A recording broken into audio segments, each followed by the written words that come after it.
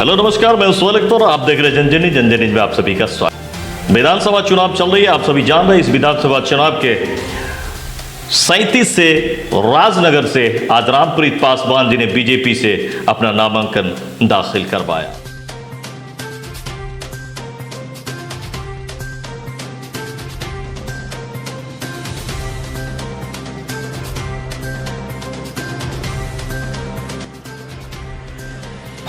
घर घर बिजली पहुंचाया है, ये सब काम किया है। बाकी जो शेष काम है, रेफर अस्पताल का शिलान्यास किए हैं, सुलिस गेट करवाए हैं और 2 और सुलिस गेट का स्वीकृत करवाया है। तो इस तरह से हमने काम किया है। इस बार जो मेरा मुद्दा है, जो गांव को सुंदर बनाना है और जहां कहीं भी कुछ अधूरे काम है उसको ठीक करना। युवाओं के लिए बिहार की चिंता हम लोग कर रहे हैं और युवाओं को हमारे माननीय प्रधानमंत्री और मुख्यमंत्री जी भी लगे हुए हैं, जो हम युवा को ज़्यादा से ज़्यादा रोजगार देंगे और आत्मनिर्भर मेरा बिहार बने, मेरा क्षेत्र बने, यह योजना है। झंझारपुर में आप सभी जानते हैं कि 38 और 37 दोनों ही विधानसभा का जो है वो नामांकन किया जा रहा है। इसी में आज रामप्रीत पासवान जी जो कि एनडीए की तरफ से बीजेपी से लड़ रहे हैं, दोनों इस मौके पर एक सभा किया गया, जिस सभा में महाराष्ट्र से चलकर वहां के पूर्व मुख्यमंत्री देवेंद्र फडणवीस साहब भी मौजूद थे, जबकि इस मौके पर नीतीश मिश्रा जी ने भी शिरकत। देवेंद्र फडणवीस पूर्व मुख्यमंत्री महाराष्ट्र के साथ बिहार के स्वास्थ्य मंत्री मंगल पांडे जी भी इस मौके पर मौजूद थी। दोनों ने अपनी बात रखी। जहां देखने वाली बात यह थी कि भाषण चाहे जिनकी भी रही हो, बात जिन्होंने भी किया हो, दोनों ही की बातों में बीजेपी झलक रही थी और मोदी सरकार झलक रही थी, मोदी सरक रही थी। जहां पर हालांकि इलेक्शन बिहार में हो रहे, लेकिन हर एक बात में मोदी जी नजर आ रहे थे। आप खुद फडणवीस इसको सुनो, उन्होंने ये कहा कि ये बिहार की जनता की जो है वो, ये किसी नेता की चुनाव जो है वो भविष्य तय नहीं करेगी, बिहार की जनता की तय करेगी। इसीलिए बिहार की जनता को तय करना है कि वो क्या करते हैं। और उन्होंने कहा कि अगर सही सरकार आपके हाथ नहीं आती है तो फिर मोदी जी आपके लिए वो नहीं कर पाएंगे जो उन्हें करना चाहिए और मोदी जी को लड़ना होगा। हर बात में मोदी जी नजर आ रहे थे। बिहार में भी ऐसा लग रहा है जैसे मोदी के नाम का सिक्का चलाने की कोशिश की जा रही है। नीतीश कुमार से ज़्यादा इस बार मोदी जी की बात कर रहे हैं बीजेपी के, जो एनडीए के जो भी नेता जहां मौजूद होते। आपने इससे पहले भी सभाओं में देखा था। आइए हम आपको उन लोगों की बातों का कुछ अंश दिखाते हैं। नॉमिनेशन भी हो चुका है,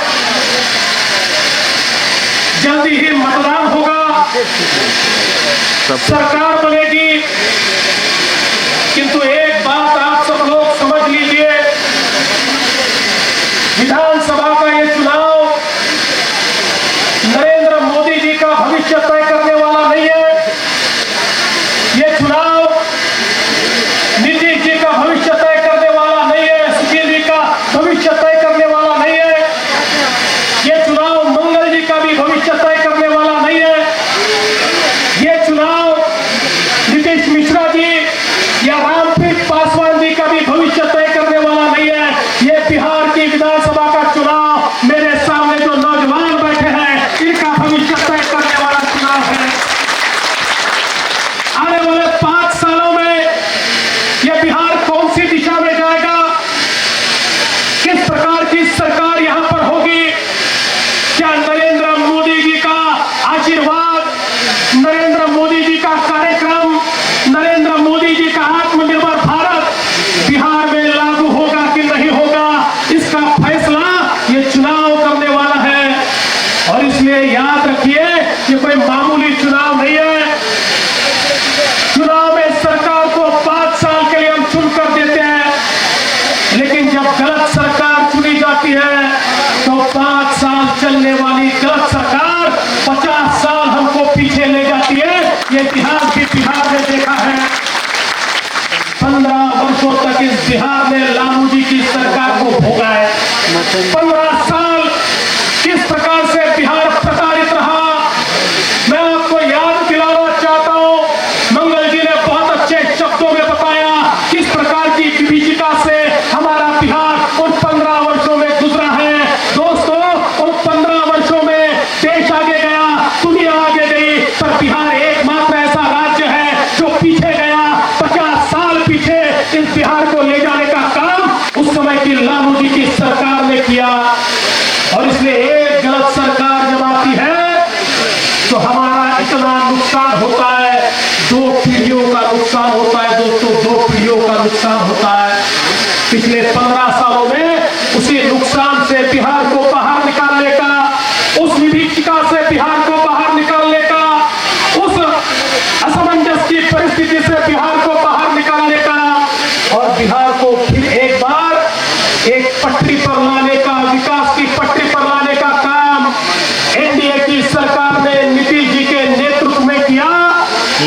और पिछले 6 सालों में ये विकास की जो हमारी पटरी है, इस पर विकास की हमारी ट्रेन है, इसको मोदी जी का आशीर्वाद मिला और मोदी जी का आशीर्वाद मिला तो बिहार आगे बढ़ने लगा। और मैं आपको दावे के साथ कहता हूं, इस देश के अंदर जिसको मोदी जी का आशीर्वाद मिलता है वो पीछे मुड़कर नहीं देखता, वो जिस गति से जाता है उसकी गति को कोई रोक नहीं सकता। और इसलिए मोदी जी का आशीर्वाद बिहार को प्राप्त हुआ और बिहार का आशीर्वाद मोदी जी को प्राप्त हुआ। आज मोदी जी की जो ताकत है वो बिहार के कारण है। बिहार ने जिस प्रकार का आशीर्वाद आदरणीय मोदी जी को दिया, यकीन मानिए दूसरे किसी राज्य ने नहीं दिया। और इसलिए मोदी जी की जो ताकत है वो बिहार की ताकत है। तो मोदी जी की ताकत और बिहार की ताकत जब एक साथ मिल जाती है तो एक मजबूत बिहार तैयार होता है, एक आत्मनिर्भर बिहार तैयार होता है। और उसी आत्मनिर्भर बिहार की ओर हम इस चुनाव के माध्यम से बिहार को ले जाना चाहते हैं। दोस्तों, इस देश के अंदर चाहे कोरोना की महामारी हो या देश में आई हुई विपदाएं हो, जिस प्रकार से मोदी जी ने आम आदमी के पीछे खड़े रहकर हमारे गरीबों को, किसानों को, माताओं को, बहनों को, युवाओं को न केवल ढांढस दिया बल्कि जीने की राह दिखाई।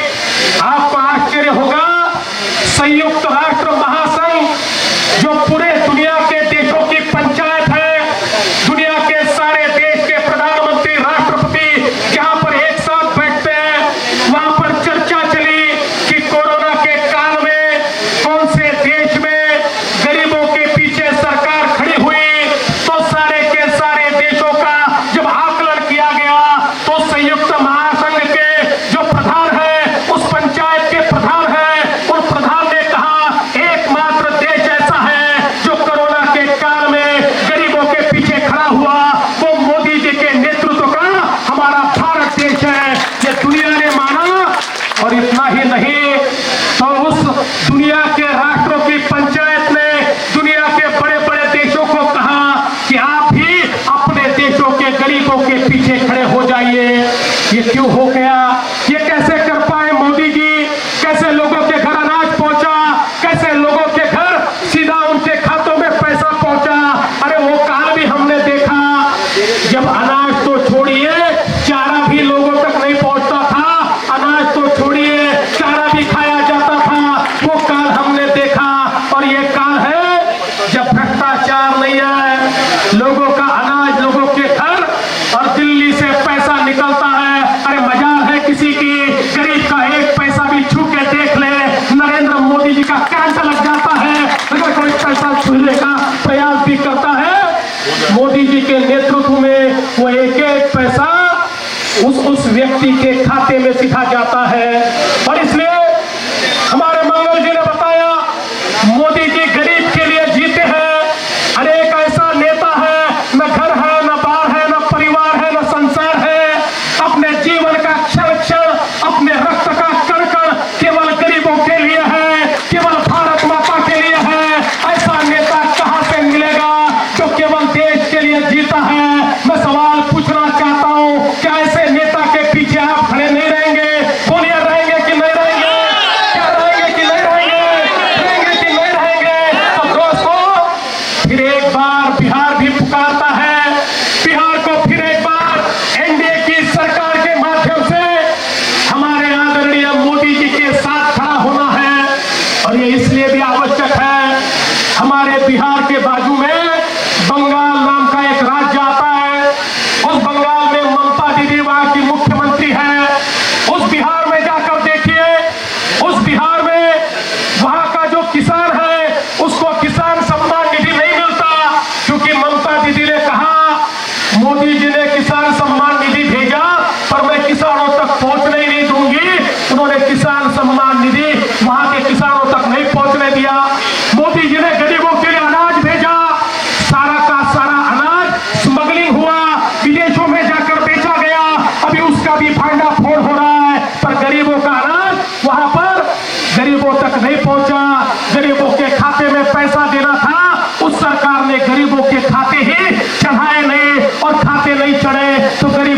खातों में पैसा नहीं गया।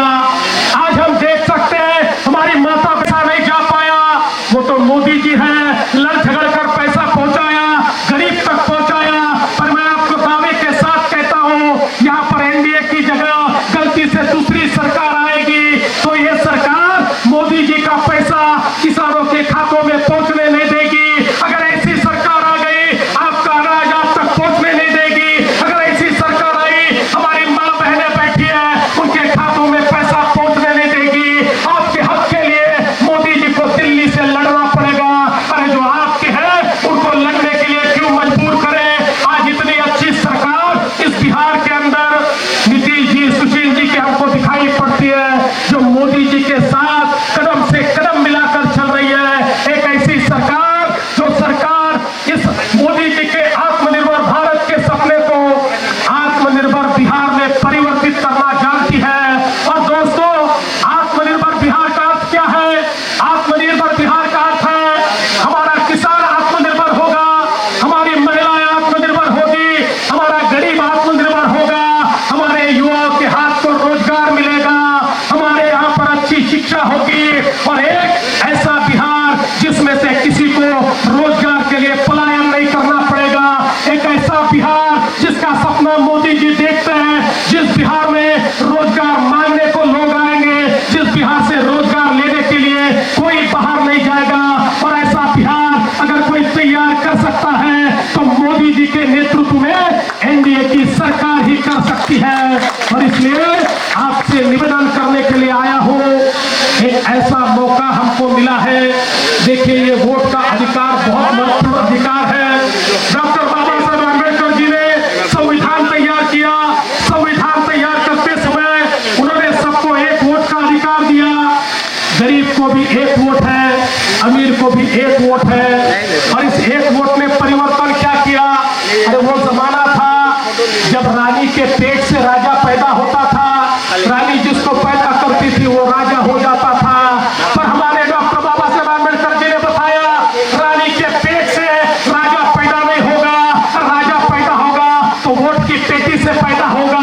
जो वोट देगा वो राजा पैदा करेगा और उस राजा को पैदा करने का अधिकार आपको मिला है। और मोदी जी तो कहते हैं हम राजा नहीं, हम सेवक हैं। हमारे यहाँ बैठे सारे के सारे सेवक, इनको चुनकर देने का वोट का अधिकार आपके पास है। इस अधिकार को ठीक तरीके से अगर इस्तेमाल करेंगे तो मेरा विश्वास है आने वाले दिनों में बिहार का भविष्य भी उज्जवल होगा, भारत का भविष्य भी उज्जवल होगा। उस उज्जवल भविष्य के लिए आप सभी लोग फिर एक बार भारतीय जनता पार्टी के, जदयू के, हम और हमारी जो सारी साथ वाली पार्टियां हैं, इन सारी पार्टियों के उम्मीदवारों को चुनकर दीजिए।